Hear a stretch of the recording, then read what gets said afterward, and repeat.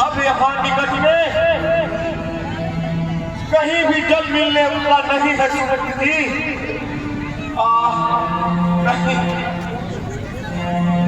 अब मेरा गला जा रहा है, से मेरा गला सूखा जा रहा है सुमति जी।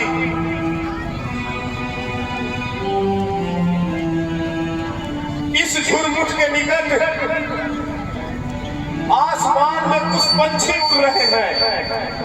हो सकता है यहाँ जरूर जलाशय कुछ होगा सुमति जी। हाँ महाराज, ऐसा हो भी सकता है।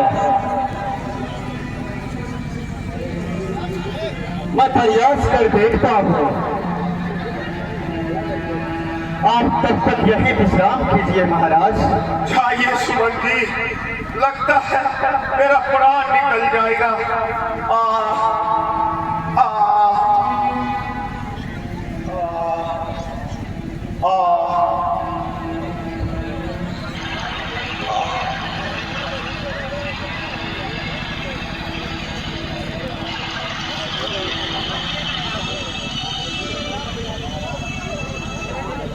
मेरा अनुमान सब सुमति जी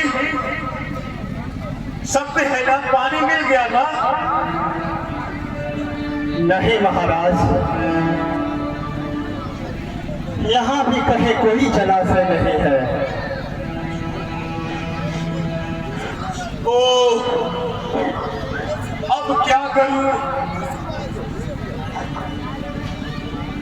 मुझे जीवनदायी जल कहाँ मिलेगा? महाराज, थोड़ा और आगे चलने का कष्ट करें। नहीं सुमति जी, अब और मुझसे चला नहीं जाएगा।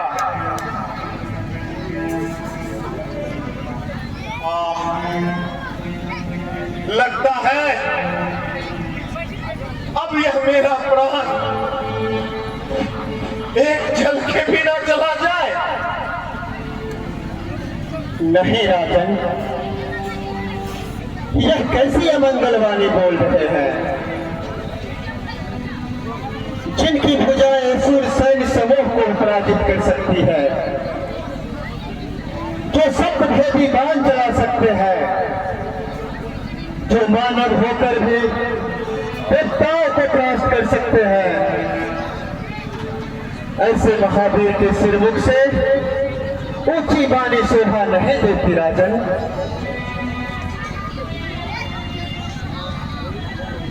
आप ठीक कह रहे हैं सुमति जी।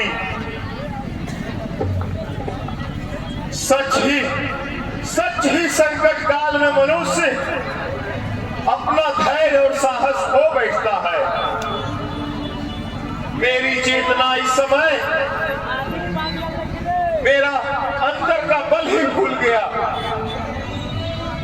अगर मैं चाहूं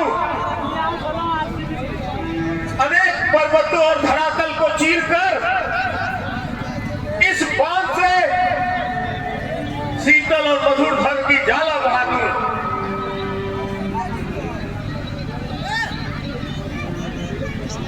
तो फिर देर क्यों महाराज? आप इसी समय उसी शक्ति का प्रयोग करें। वैसा ही करता हूं सुमंत जी, वैसा ही।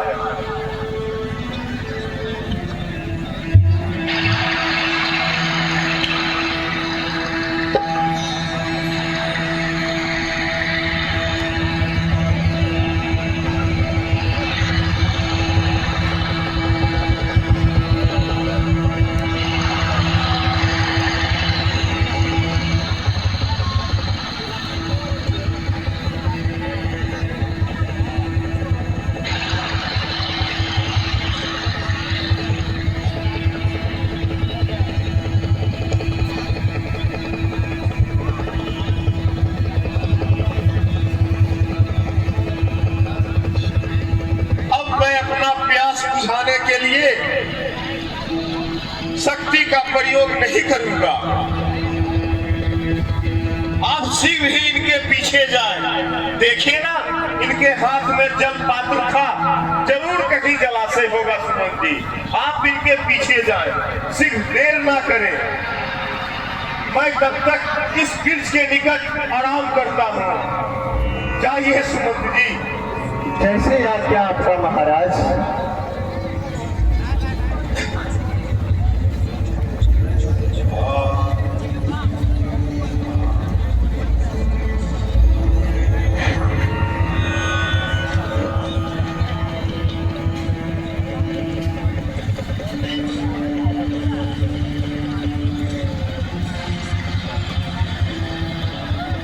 अरे कुंतलाल, मैं तो दूर से ही उस अजनबी के अंतर्हित भावनाओं को समझ रही थी। वह अवश्य हम लोगों से किसी वस्तु की याचना कर रहे थे,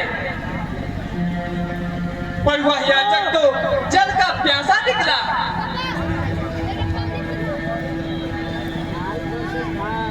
नहीं राजकुमारी, वह जल के याचना उस परुत वह छेड़छाड़ का आनंद उठाना चाहता था। तुम ठीक करती हो कुंतलाल। वह अंधा प्यासा नहीं, बल्कि हम लोगों के साथ प्यासा होने का ढोंग कर रहा था।